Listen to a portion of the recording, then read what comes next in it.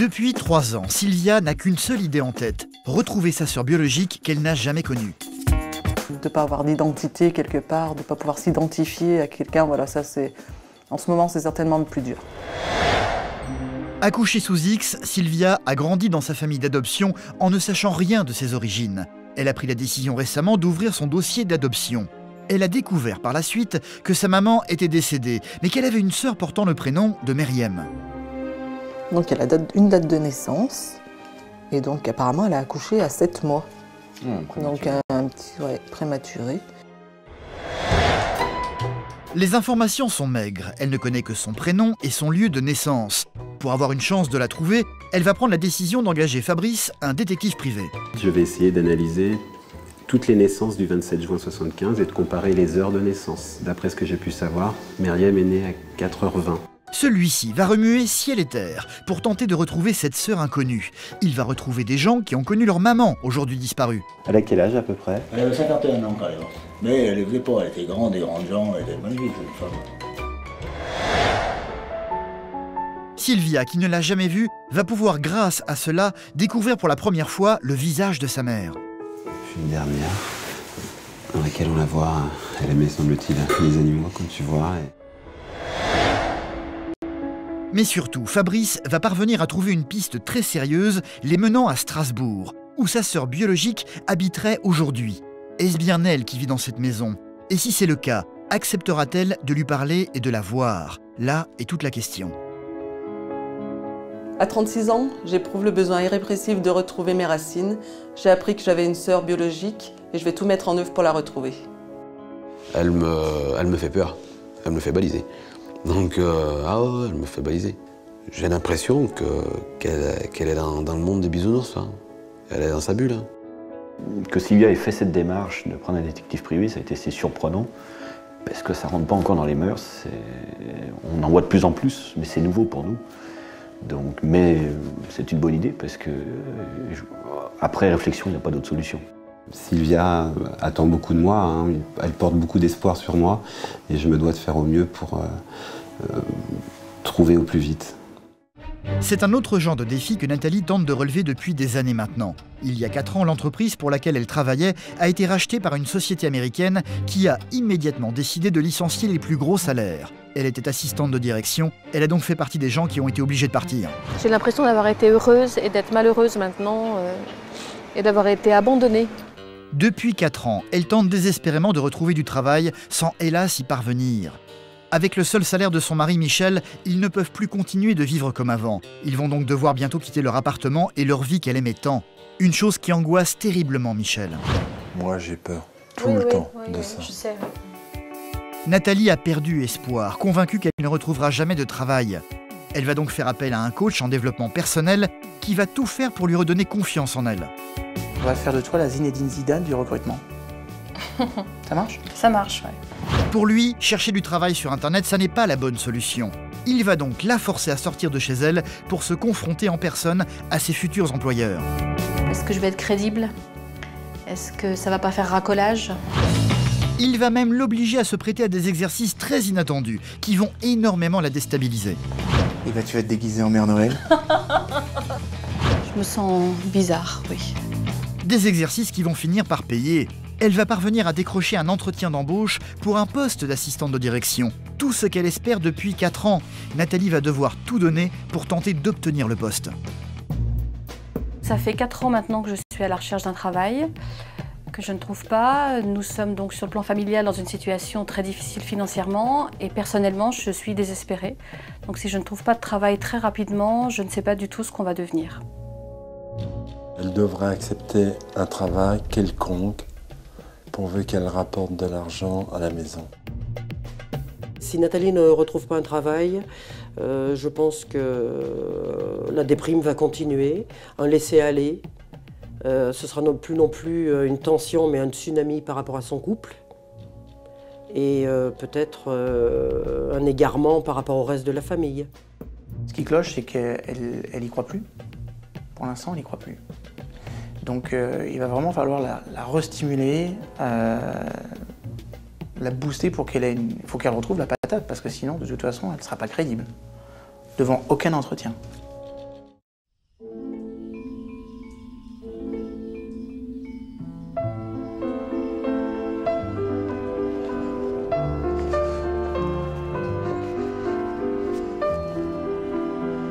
À 36 ans, Sylvia ne connaît pratiquement rien de sa famille d'origine.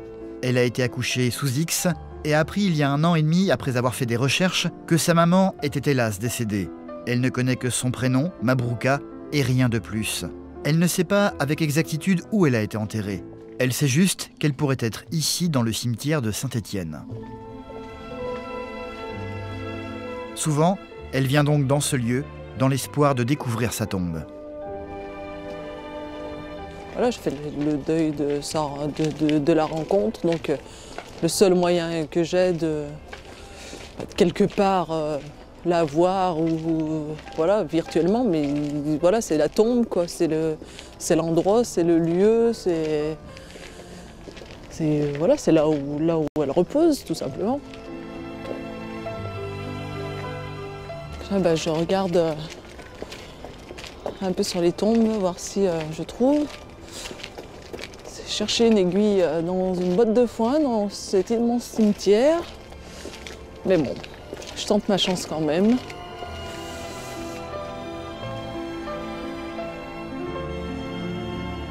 À défaut de trouver sa tombe, Sylvia va passer beaucoup de temps à se recueillir et à penser à cette femme qu'elle n'a jamais vue et dont elle ignore tout.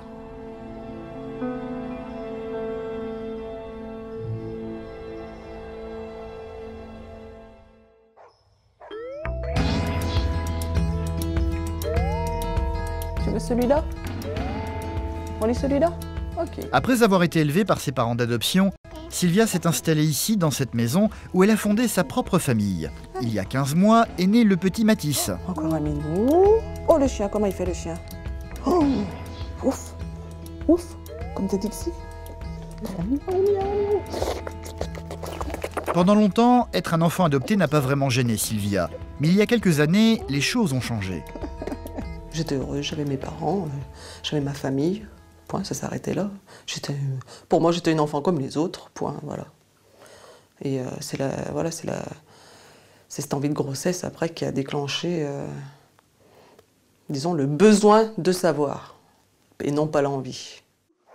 Coucou, tu viens voir papa? On va voir? Oh, vite, vite, vite, vite, vite. Il est où ton papa? Il est où? Il est où? Il est où? Aujourd'hui, elle partage donc sa vie entre son fils et son compagnon Patrick, avec lequel elle vit depuis 10 ans maintenant. Ça va, grand bébé? Sur mon papa. Sur mon papa. Bien passé. Oui, bien dormi. Oui. C'est parti. Allez, je vais te préparer à manger. T'as bien dormi? Moyen, hein? Quand elle a entamé ses recherches sur sa famille biologique, Sylvia a reçu un dossier de la part du CNAOP, le Conseil national d'accès aux origines personnelles. Un dossier dans lequel elle a découvert une information capitale. Elle aurait une sœur vivant quelque part en France. Donc là, sur les infos, donc non, ben voilà, on n'a encore que les initiales, on a son âge. Donc elle a une date de naissance. Et donc apparemment, elle a accouché à 7 mois. Prématuré. Donc un petit, ouais, prématuré. Ah oui, donc après, oui, t'as quand même... Ouais, j'ai quand même deux informations quand même importantes, un la petit date peu, de naissance et son prénom ou premier prénom, parce que certainement qu'il a peut-être changé derrière. Sa sœur s'appellerait Myriam. À défaut de pouvoir rencontrer sa mère, Sylvia s'est donc mis en tête de retrouver cette sœur d'1 an plus âgée qu'elle. C'est pas simple, aller vers l'inconnu et aller vers ses origines, retrouver des gens de sa propre famille, de son propre sang qu'on n'a jamais connu. C'est peut-être ce qu'il y a de plus dur.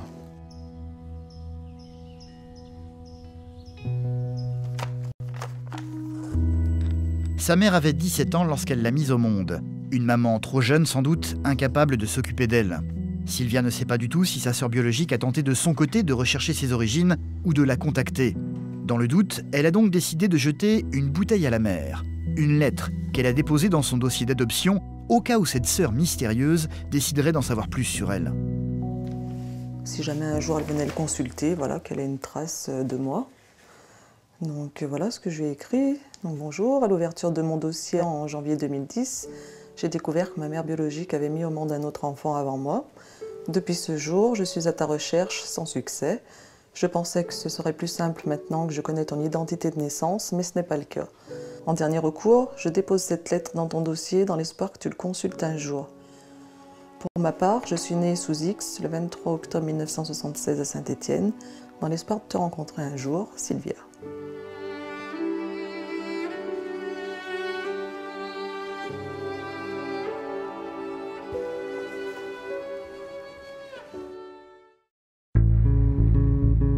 Non loin de Lyon, une autre femme tente de relever un défi depuis plusieurs années maintenant. Assieds-toi.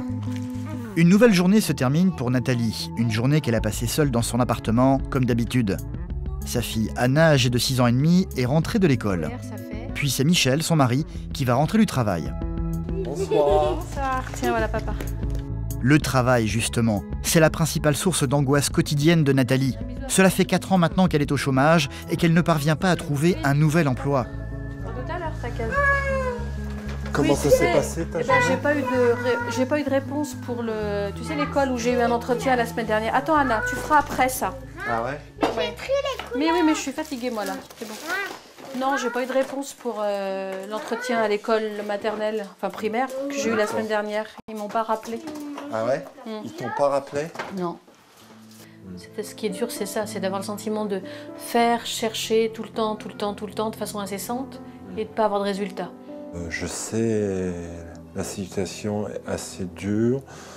Je ne pensais pas que ça durerait si longtemps. Voilà, moi aussi longtemps. Je pensais que ce serait plus facile de retrouver quelque chose plus rapidement. Et la difficulté, c'est ça aussi, c'est le temps qui passe, c'est les choses qui se dénouent pas. Donc du coup, ça crée une tension aussi entre nous parfois. C'est vrai. Parce que c'est lourd à porter, quoi. Plus des soucis d'argent qui viennent se rajouter à ça. Ouais. L'angoisse du lendemain, quoi. Moi, j'ai peur. Oui, je sais. Mon mari a un salaire qui est beaucoup moins important que celui que j'avais, donc son salaire n'est pas du tout suffisant pour subvenir à nos besoins. Donc on a tous très peur de l'avenir finalement, et on est tous dans cette impasse et dans cette angoisse du lendemain, quoi, de demain. Nathalie a été cadre supérieur durant une vingtaine d'années en étant assistante de direction. La dernière entreprise où elle a travaillé, un laboratoire pharmaceutique, a effectué une compression de personnel il y a 4 ans en licenciant en priorité les gros salaires. Depuis, Nathalie n'est pas parvenue à retrouver un poste similaire. Et il y a urgence. Ils habitent un grand appartement de 120 mètres carrés dont ils sont les locataires. Elle ne touche plus le chômage et vivent sur leurs économies. De quoi la rendre folle d'inquiétude. Ce stress, elle évite le plus possible de le montrer à Michel. C'est souvent loin de lui qu'elle se permet de craquer. C'est une saloperie comme ça d'être jetée après 11 ans de bons et loyaux services. C'est vraiment, je trouve ça humainement d'une ingratitude totale quand il n'y a pas de raison, me semble-t-il, objective. Voilà. Donc on va passer devant bientôt. Nathalie est souvent amenée à passer devant son ancien lieu de travail. L'entreprise a déménagé, l'ancien bâtiment a été détruit, un nouvel immeuble est en train de se construire à la place. Mais la rue reste la même, pleine de souvenirs. Des souvenirs heureux, une époque où Nathalie était passionnée par ce qu'elle faisait. J'ai l'impression d'avoir été heureuse et d'être malheureuse maintenant, et d'avoir été abandonnée. Un sentiment d'abandon et de rejet assez fort, ouais. Et de méconnaissance de ma personne, quoi, de ce que je peux être ou apporter humainement et socialement. Donc oui, une impression de rejet complet, d'exclusion. Nathalie a dû également faire le deuil d'un mode de vie qu'ils ne peuvent plus se permettre maintenant. Ils ne vivent que sur le salaire modeste de son mari et leurs économies. Ils doivent donc faire attention sur tout. Nathalie a donc appris à aller dans des magasins qu'elle ne fréquentait jamais avant, comme ce dépôt-vente où elle achète désormais les vêtements de sa fille. Vous allez bien? Oui, et vous? Ça va, ça va. Vous avez eu des arrivages? Oui. Oui. Regarde. Ici, il n'y a que des vêtements d'occasion à bas prix. Ah ouais, ça c'est mignon, Anna aussi. Puis c'est pas cher, 5 € ça va. Regarde. Ici, tu te mets là. On peut pas acheter un autre vêtement là, on va juste acheter ça. Non, moi je veux pas qu'on achète juste ça. Ah si, on va acheter que ça parce que ça ne va pas être possible d'acheter plus que ça. Déjà c'est bien, regarde. Ce qui me touche le plus, c'est par rapport aux enfants. C'est par rapport aux enfants de devoir dire non. De devoir dire non à des choses qui en fonction de ce que j'ai pu occuper comme poste autrefois, étaient tout à fait accessibles, possibles et normales.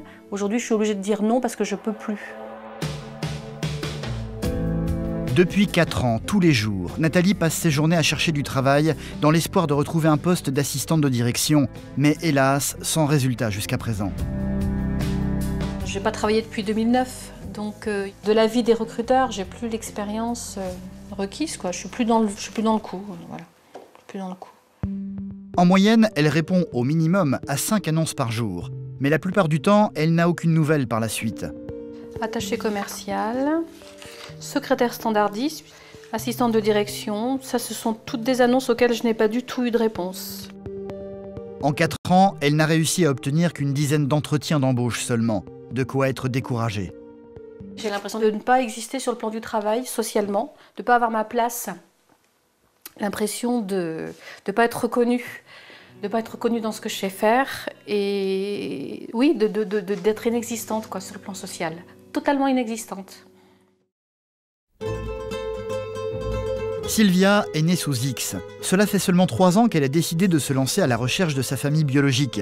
Elle a hélas découvert que sa mère était décédée, mais elle a également découvert qu'elle a une sœur de 1 an plus âgée qu'elle, vivant quelque part. Elle a donc pris la décision de se lancer à sa recherche. Toute seule, Sylvia se rend bien compte qu'elle a peu de chances de trouver sa sœur biologique. Elle a donc décidé de faire appel à un détective privé, un certain Fabrice. Tu vas bien? Tu as fait une route? Ça va, oui, merci. Très bien. Elle l'a déjà rencontré et vient lui apporter aujourd'hui des documents qui pourraient l'aider dans son enquête. Donc je t'ai un petit peu planifié toute l'organisation et vers quoi je vais être obligé de me tourner. Je vais essayer d'analyser toutes les naissances du 27 juin 1975 et de comparer les heures de naissance. D'après ce que j'ai pu savoir, Myriam est née à 4h20, je crois. Donc il va falloir que je retrouve sa nouvelle identité et retrouver son nom d'adoption.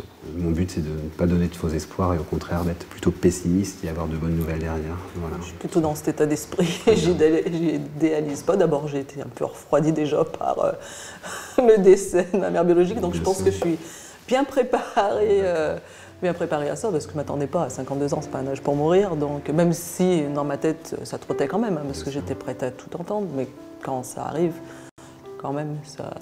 Bah oui, voilà, c'est la réalité après quand même.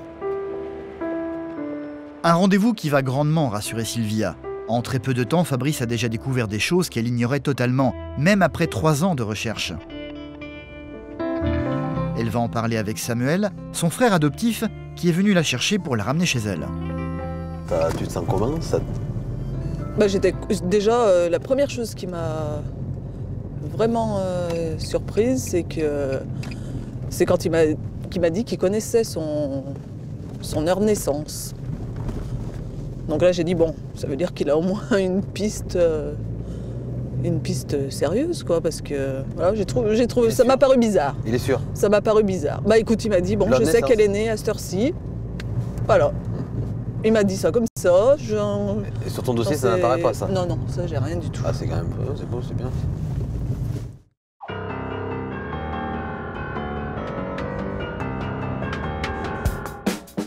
Mais la véritable enquête, c'est sur le terrain que Fabrice va la démarrer, en commençant par se rendre à l'adresse du dernier domicile connu de la maman de Sylvia, dans une petite ville se trouvant à quelques kilomètres de Saint-Étienne. Elle aurait vécu au numéro 24 de cette rue, sauf que Fabrice va vite découvrir qu'il y a 2 numéros 24. Lequel est le bon, là est toute la question.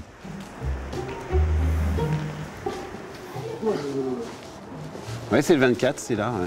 Ah oui, non, vous, c'est 22, là. Ah oui, vous, c'est 22 ici. Ah, très bien. Mais très vite, une dame va se manifester. Une personne qui semble avoir des réponses à ces questions. À côté vers la coiffeur. Ah, juste au coiffeur. Bonjour, madame. Bonjour. Oui, bonjour. Donc oui, je suis Elle n'a pas des enfants. Elle n'a pas d'enfant? Elle n'a pas d'enfant. Elle est vivre avec quelqu'un, elle n'a pas d'enfant. D'accord. Elle n'a pas d'enfant. Elle est décidée toute seule. Elle a un copain, oui, elle passe tout le temps par là. Il habite toujours là, lui? Non. Il n'habite plus là. Mais je la connais, tout le temps, il passe par là. D'accord. Elle était comment physiquement? Elle était... Oui, tunisienne ou... Non, comme ça, tunisienne. Tunisienne. Oui, voilà. Oui, Tunis, voilà. Tunis, 12 € Gabès. Selon cette dame, l'ex-compagnon de la mère de Sylvia vivrait toujours dans cette rue. Fabrice va donc continuer son enquête de voisinage. D'accord, très bien. Au revoir, merci. Bonne journée.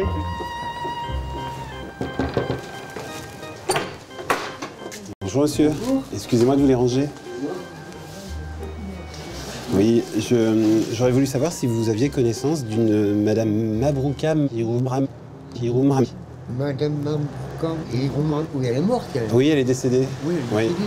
Il y a 4 ans à peu près. Ouais.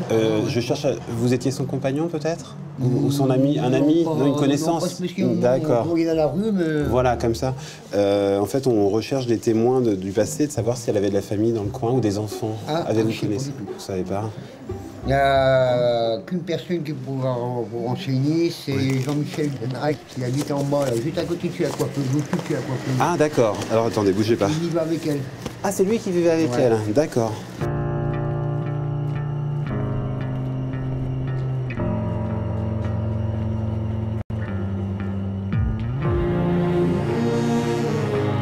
C'est dans cet immeuble qu'habiterait ce fameux Jean-Michel.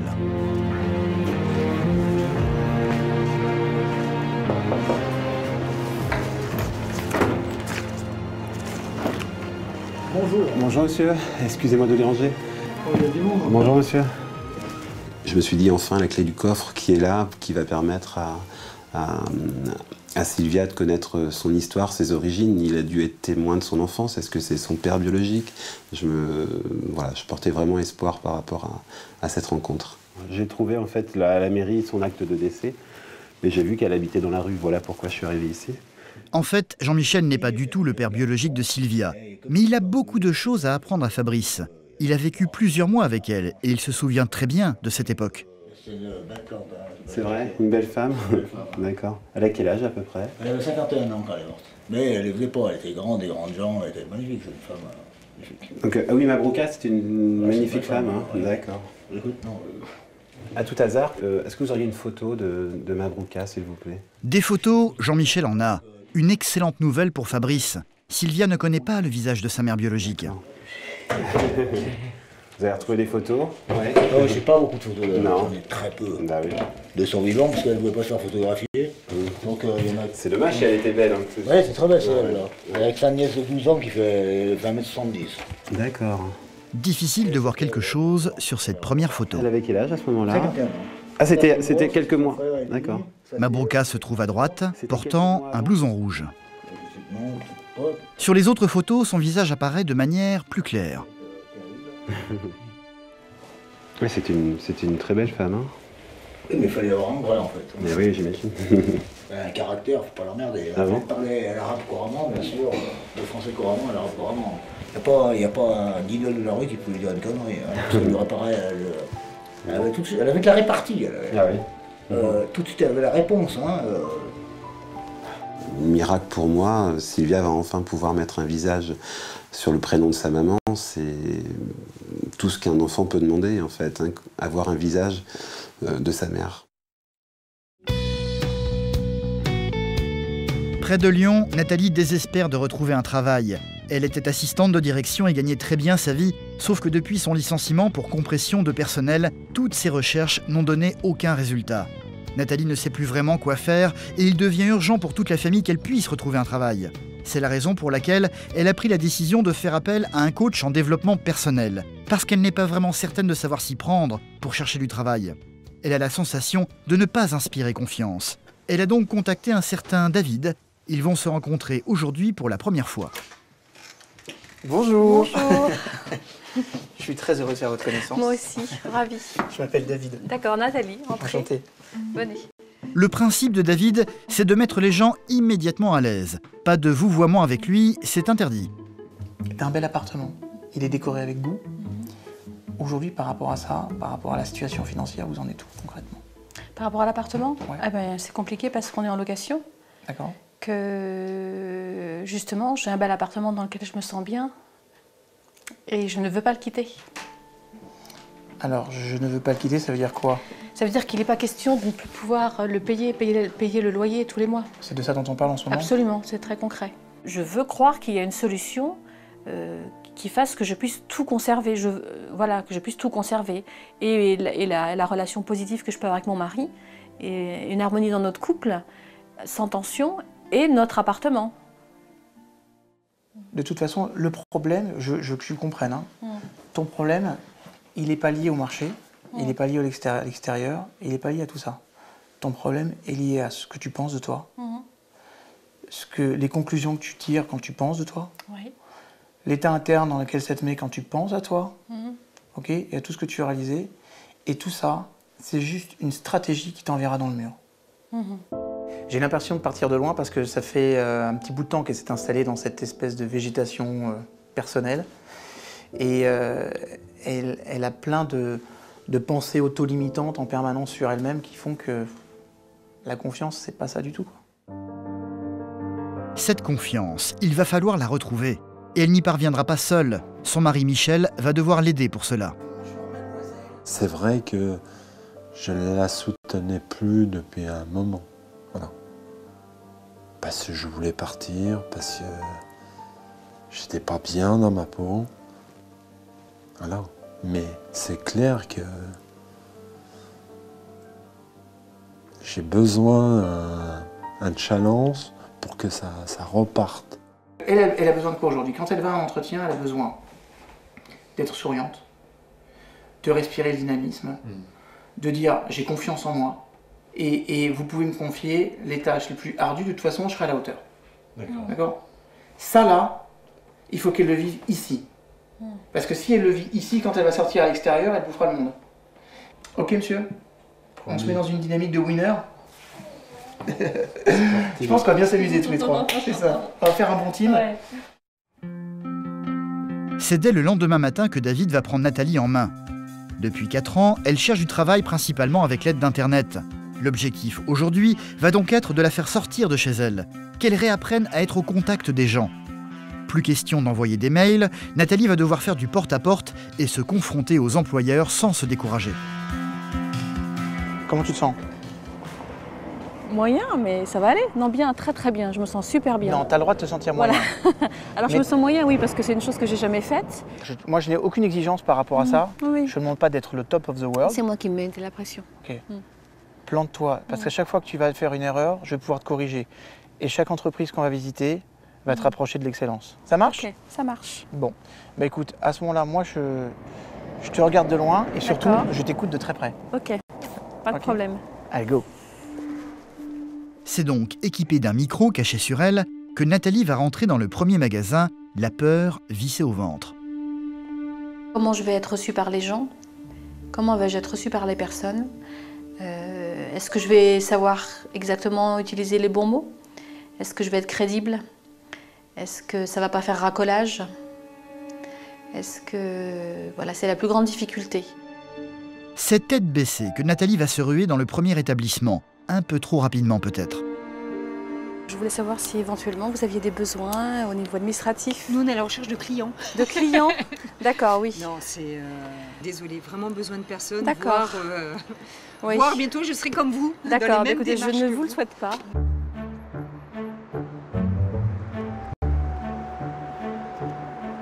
Alors? Bah, super accueil, alors du coup, si tu veux, forcément, ça met à l'aise, quoi. T'as oublié de dire bonjour? J'ai pas dit bonjour. Non. Ça, c'est dramatique. En basique. plus, ah ouais, puis en plus, c'est un basique. Oui, oui. Donc, bonjour. Oui, oui. Voilà la raison pour laquelle je suis ici. Tu déroules, tu prends de l'information. Ok, je continue. Écoute, bien sûr, on continue. Ouais. Il faut continuer, car des refus, elle va en avoir beaucoup, elle le sait déjà. Et justement, cela fait partie de l'exercice, apprendre à ne pas se décourager. Bonjour madame, je suis en recherche d'emploi, un poste d'assistant de direction au commercial. Donc à tout hasard, comme je suis en prospection, je me permettais de m'arrêter chez vous. Je viens de licencier une fille. D'accord. Donc c'est extrêmement difficile alors. Extrêmement difficile. D'accord. Surtout les meubles. Oui. Ok. Bon. Écoutez, merci quand même de votre accueil. Il faudrait plutôt chercher dans des grandes enseignes. Oui, oui, moi, oui. j'ai qu'un petit magasin. Oui, oui, mais bon, vous savez, parfois, il suffit d'un poste. Moi, je fais tout. Oui, je sais bien, mais moi, je fais tout. Oui, oui, vous faites tout. Voilà. D'accord. Bon.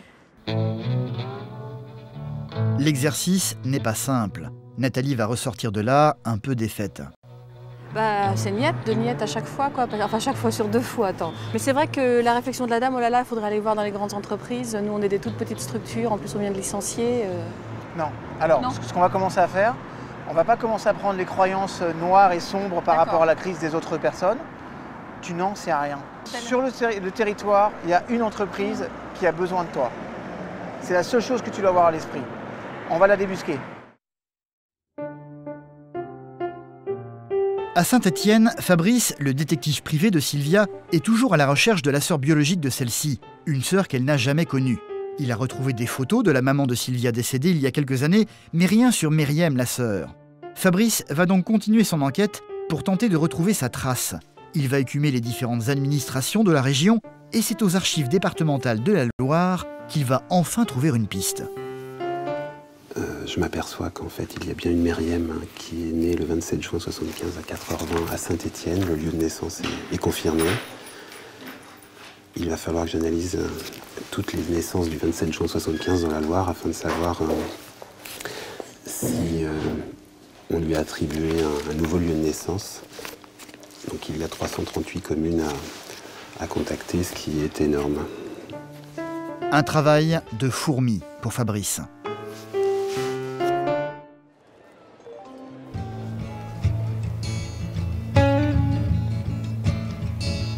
Une semaine s'est écoulée. Si aujourd'hui Sylvia a fait le voyage à Paris, c'est pour le retrouver.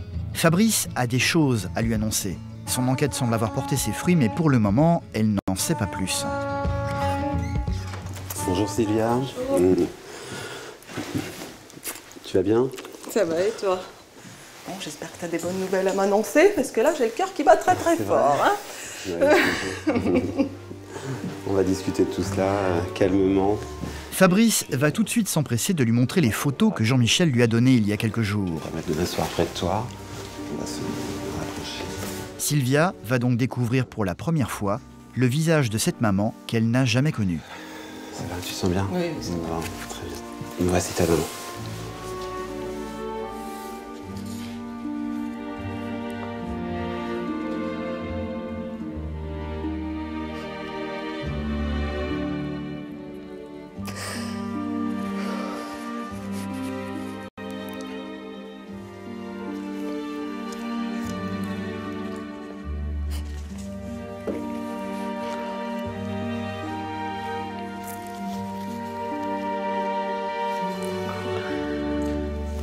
Tu vois, bien typée, hein, comme je te l'ai dit, hein, Oui. avec une grande femme.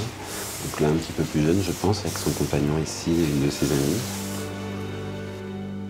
On la voit un peu plus jeune, tu vois, elle est drôlement grande. C'était un choc. Même si je m'y attendais, c'était un choc. Je suis tombée... Voilà, en plus, la première photo est assez choquante. Enfin, pour moi, voilà, c'était choquant et... Voilà, elle paraissait assez marquée par la vie. Donc oui, ça a vraiment été une chance inouïe. Mais les révélations de Fabrice ne vont pas s'arrêter là. Son travail de fourmi dans les centaines de communes de la région a été payant. Il a non seulement retrouvé la trace de sa sœur, Myriam, mais il a également obtenu une photo d'elle. Voilà Myriam.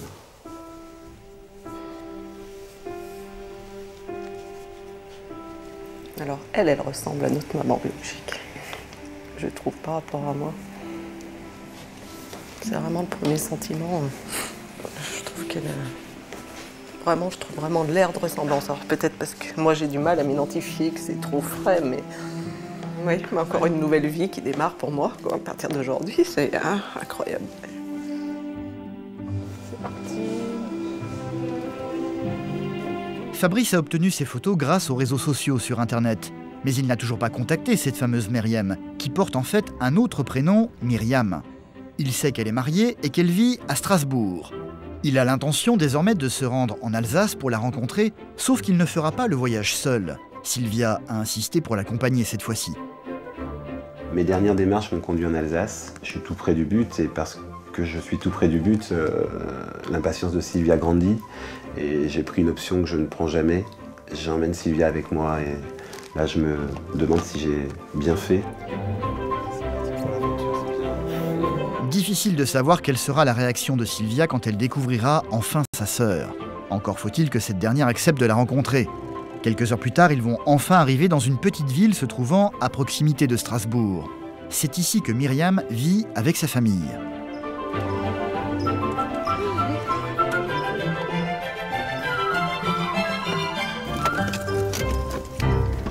Fabrice a accepté que Sylvia l'accompagne, mais pour le premier contact, il tient à le faire seul pour éviter tout problème. En fait, là, je pense surtout à toi parce que... Non, moi j'y vais décontracté, t'inquiète pas, ça va bien se passer. Mais c'est surtout pour toi. D'accord. Allez, compte sur moi, à tout à l'heure. Fabrice va donc prendre la direction d'une maison se trouvant un peu plus loin au centre de la ville. Wow. Numéro 3. Je vais voir le nom sur la boîte aux lettres.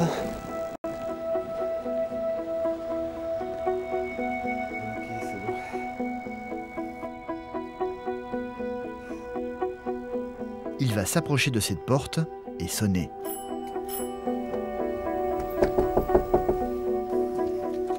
Il sonne, il frappe, mais personne ne semble se manifester.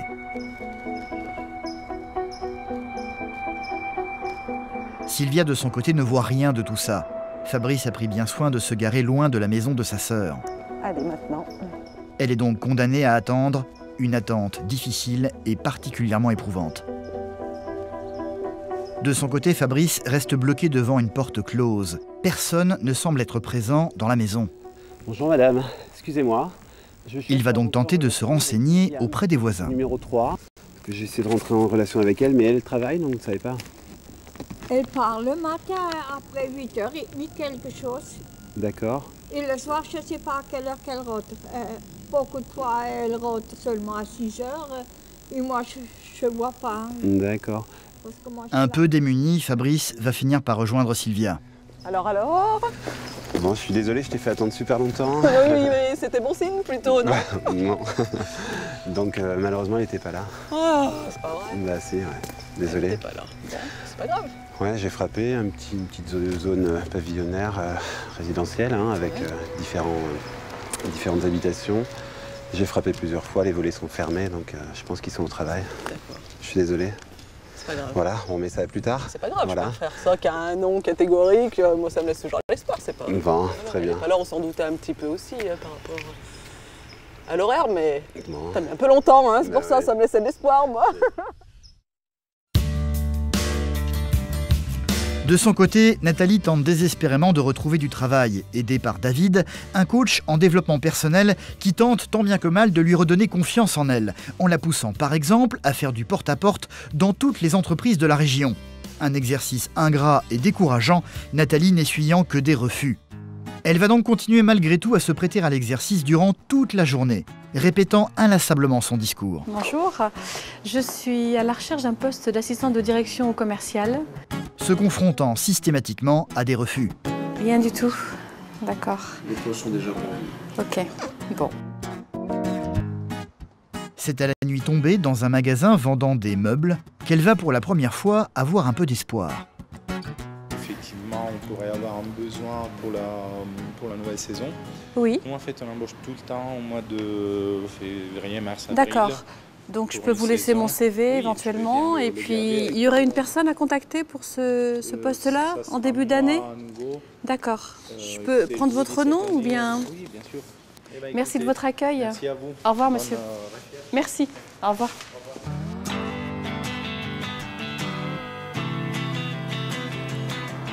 Alors Bah, je suis contente là, c'est faux, mais je suis un peu contente de moi, c'est peut-être un peu... Tu as toutes les raisons du monde d'être contente de toi. Parce que, bon...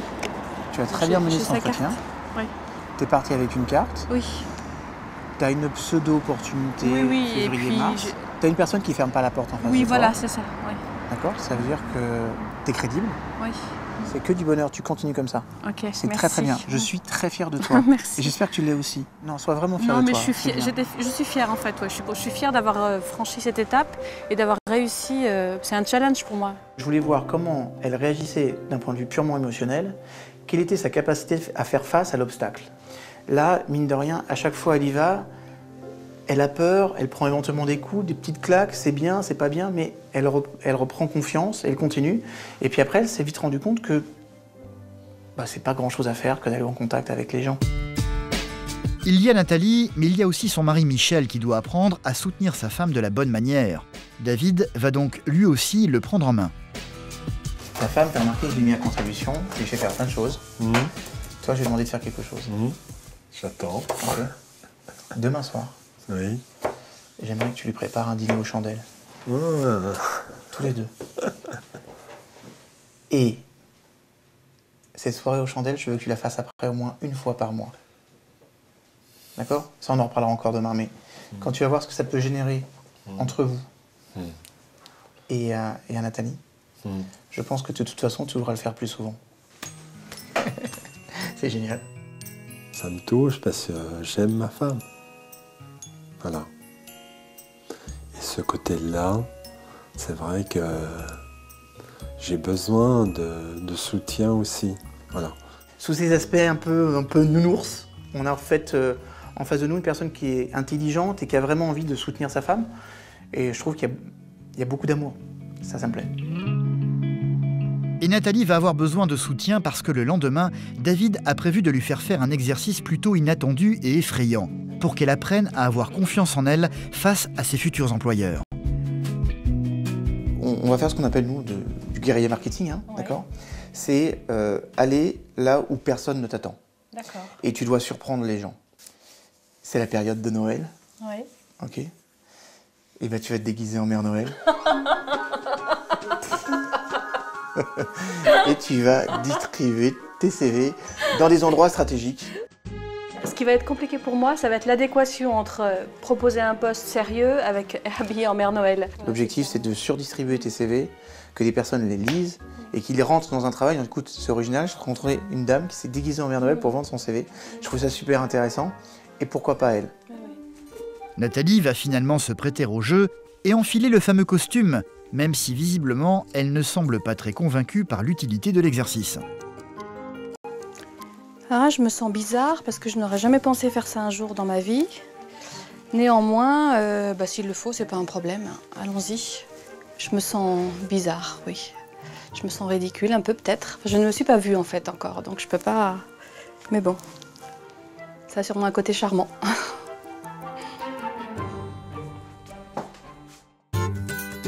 C'est à Lyon que David va emmener Nathalie dans l'un des quartiers d'affaires de la ville, au pied d'une tour immense accueillant de nombreuses sociétés. C'est ici, tous deux rouges vêtus, que Nathalie va devoir se jeter à l'eau. Le principe, c'est que toi, tu arrives avec le sourire, tu abordes toujours les personnes avec le sourire. Comment tu te sens là déjà tout de suite là? Un peu stressée, mais je vais respirer. Eh ben, tu vas respirer dès maintenant. Je te confie cette petite oreillette que tu vas mettre dans ton oreille droite. D'accord. D'accord?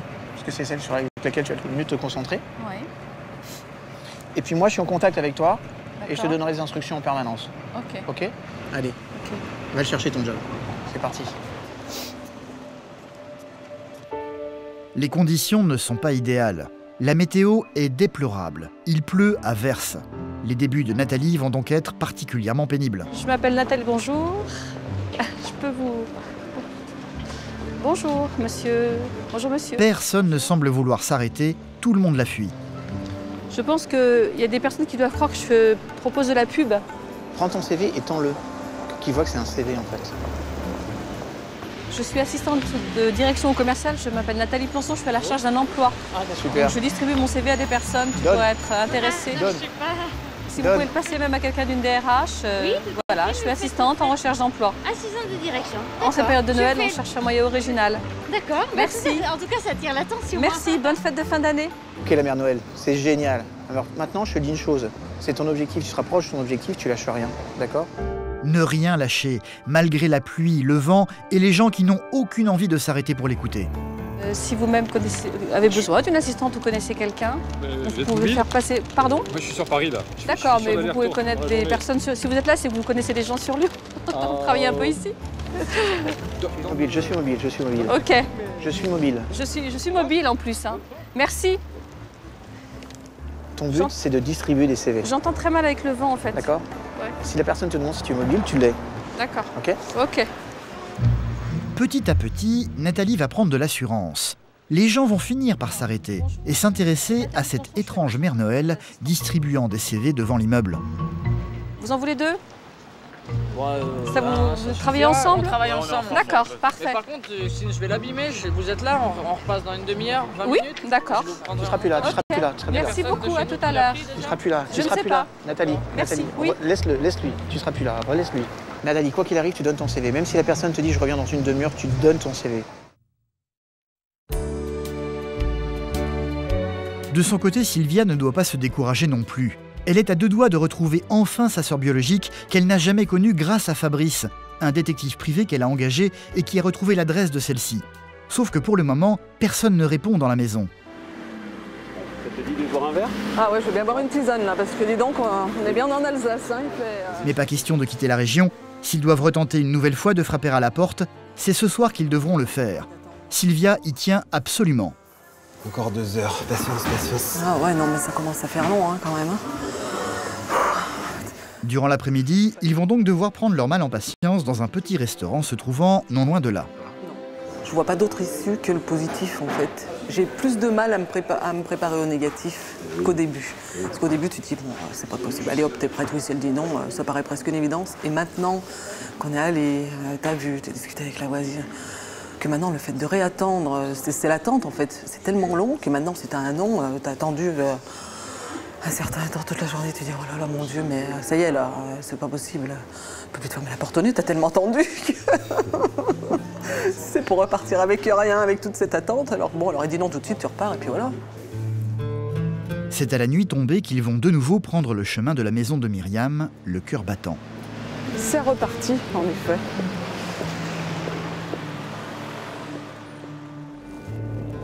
Bon, j'espère que cette fois, c'est la bonne, hein. Ouais. Calme-toi, il faut que tu te détendes. Hein. Ça changera rien. Je suis détendu. Ça changera rien, quoi qu'il en soit.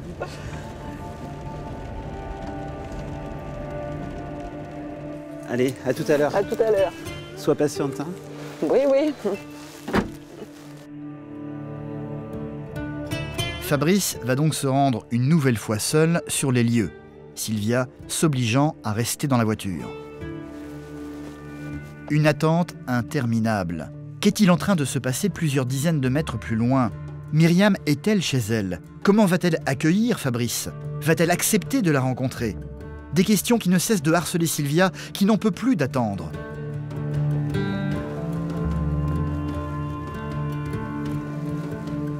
Au bout de longues minutes, elle va finir par voir Fabrice réapparaître au bout de la rue. Il revient.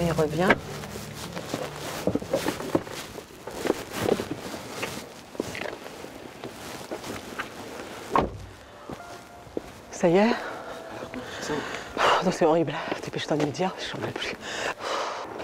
Bah pour ce qui est de la rencontre, elle est d'accord. Oh, et elle t'attend avec impatience.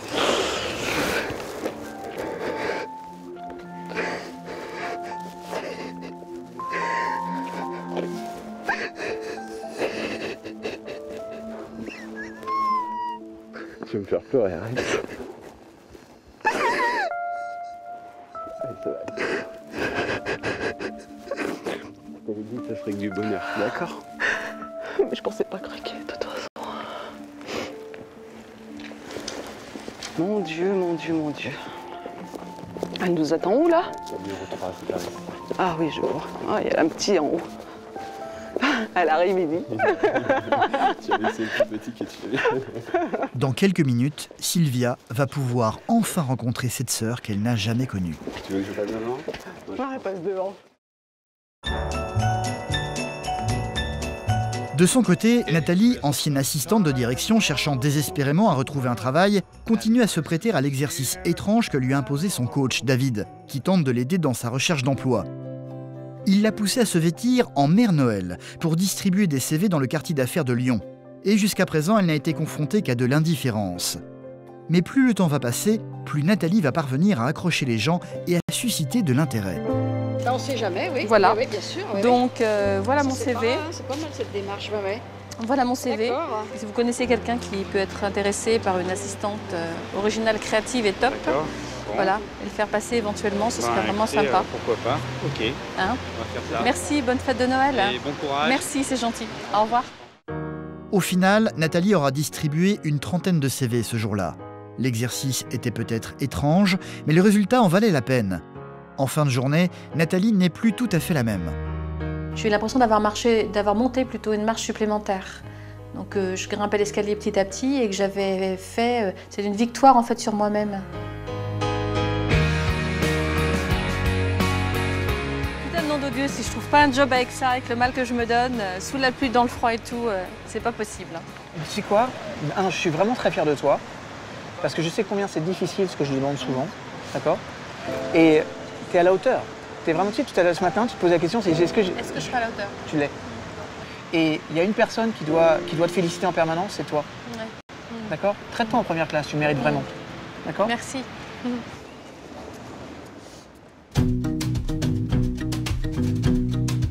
Il est temps de se mettre au chaud dans le salon d'un petit hôtel se trouvant à côté et de faire le point.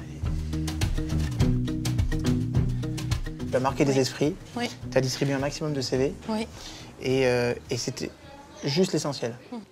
Demain, on va passer à la phase pratique, D'accord. parce que demain, tu auras un entretien de recrutement. D'accord. Un vrai entretien de recrutement. D'accord. Avec une possibilité d'embauche à la clé. D'accord. Comment tu te sens par rapport à ça? Légèrement stressée. Quand même, bien sûr. Ouais. Ouais, stressée, oui. Ouais.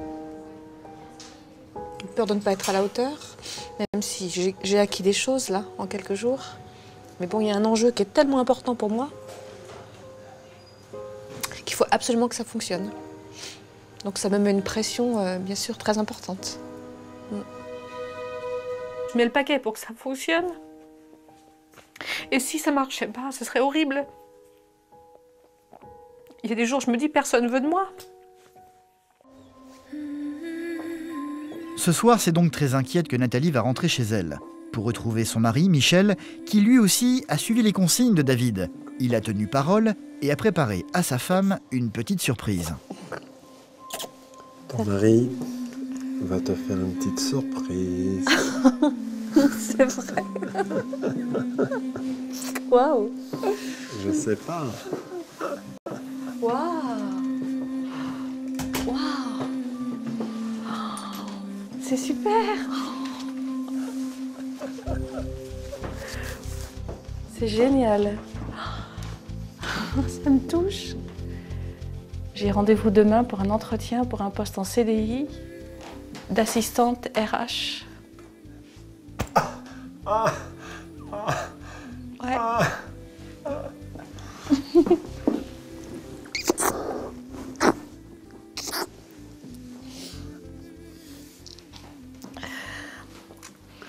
Voilà. Donc je vais tout donner, tout ce que j'ai appris là ces jours-ci, je vais tout donner pour que ça va fonctionner, et ça va fonctionner, c'est sûr, ça va fonctionner. J'ai rendez-vous demain.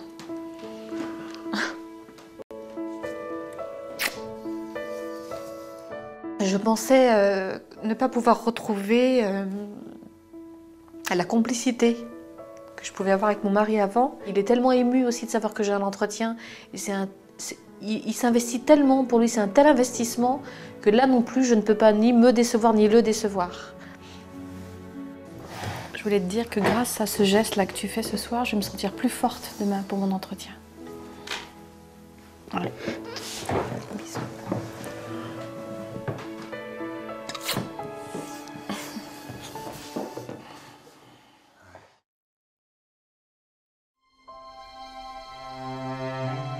Près de Strasbourg, Sylvia s'apprête à vivre un moment unique.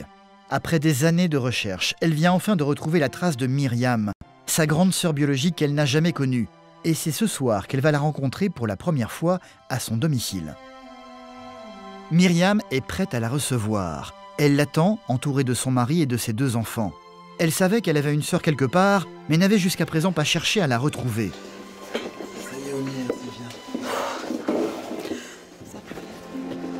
Toute la petite famille les attend à l'étage, un peu abasourdie par cette visite inattendue.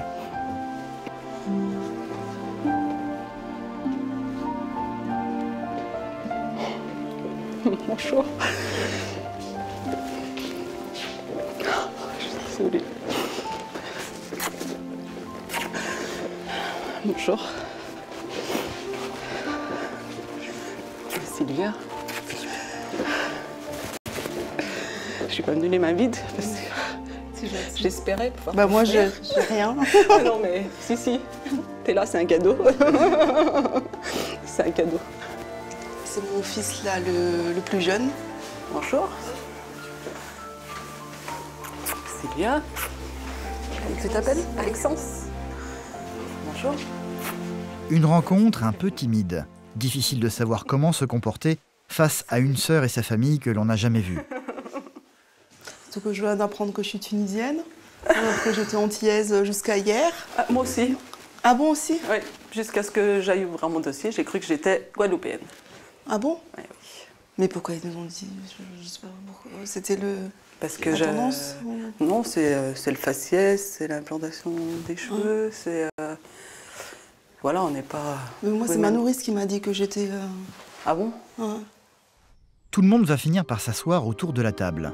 Myriam va tout doucement réaliser ce qui lui arrive et l'émotion va brutalement la submerger. Il faut que ça sorte. C'est ma pochette bleue, oui. Sylvia va commencer par lui montrer les photos de leur mère qu'elle a découvertes grâce à Fabrice. Voilà, donc là et là, ben, c'est son compagnon et apparemment ici une amie à elle. Bon, je sais à qui je ressemble. Voilà, c'est la première réflexion que j'ai dit. Quand j'ai vu ta photo, j'ai dit, elle lui ressemble et moi... On voit pas très bien, mais... Non, mais ici on voit. C'est dommage ici qu'elle soit dans l'ombre. Mais pourquoi en plus je suis petite et en plus je fais sa taille. Comment ça se fait? Qu'est-ce que c'est que cette histoire? Je suis pas d'accord. J'ai toujours eu de l'entourage de couleur blanc. Ah oui. Donc quand des fois on me dit de quelle origine je suis, je dis bah je viens de Saint-Étienne. On me dit non mais de quelle origine tu es? Alors là je tilte, ah oui c'est vrai que j'ai pas la même couleur qu'eux, donc ils me demandent de où je viens. J'étais pareil. Ouais. Pareil. Des moments, enfin, on oublie, hein. On oublie qu'on est, qu'on est noir, on oublie. Même j'étais exactement pareil. C'est ce qu'on transmet aussi à nos enfants. Et... Non, mes enfants, je n'aurais jamais trop parlé, donc... Ils ne connaissent pas trop. Non, ils connaissent, non. C'est pour ça qu'ils restent, à mon avis. Ça m'intéresse. Mais c'est bien. Ça t'intéresse ça... Tu viens voir les photos, peut-être? De ta mamie? Une autre mamie? Regarde. Le grand est plus choqué, peut-être? Le grand, il veut pas savoir. Il veut pas savoir. Allez, sourire. Ce soir, Sylvia a enfin retrouvé sa sœur biologique. C'est un grand moment dans sa vie, même si pour le moment tout le monde reste un peu intimidé. Je suis soulagée parce que j'ai des réponses à mes questions. Sur ma mère, sur sa vie, une image. J'ai des réponses sur ma sœur, je sais qu'elle a une trace. Voilà, je crois que c'est tout ce que j'attendais. Des réponses, c'est tout. Les sœurs vont désormais prendre le temps de se connaître. Très vite, elles vont d'ailleurs se découvrir de nombreux points communs. Tu es très cambrée? Oui, oui. Bon, c'est bon, c'est un point commun. Ouais, parce que la taille, c'est trop large par rapport au... Et les cuisses après aussi. Ouais, c'est ça. Ouais, voilà. Pour moi, la mission, elle est accomplie. Et voilà, je suis déjà très heureuse de tout ce que j'ai. Et il va me falloir du temps pour digérer parce que c'est arrivé tout d'un coup là. Et quand ça va retomber, ça va être dur. En attendant, il est temps de fêter l'événement. Ce soir, la famille de Sylvia est enfin réunie. Je sens que ton mari est content par contre, non? Je me trompe? Non, mais en fait, ça fait des années qu'il me pousse. Ouais. Ah, d'accord. Elle voulait pas. Bon, ça fait des années qu'il me dit va rechercher, mais je comprends pas à ta place, genre tu vas poser des questions. Ils sont pas à notre place. Non.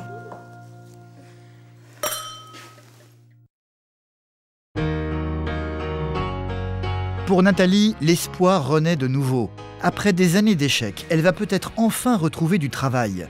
Elle a fait appel à David, un coach en développement personnel, qui lui a peut-être trouvé quelque chose. Il a fait appel à son réseau de connaissances pour donner un petit coup de pouce à Nathalie. Il s'agit d'un cabinet de recrutement qui recherche une assistante pour les ressources humaines. Mais rien ne dit que Nathalie obtiendra le poste. L'influence de David s'arrête là. Elle devra se montrer convaincante pour se faire engager. David n'assistera pas à l'entretien, mais il est tout de même venu pour encourager Nathalie.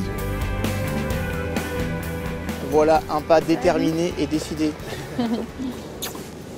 Bonjour, ça va et toi? Ça va bien? Ouais. Comment tu te sens? Bien.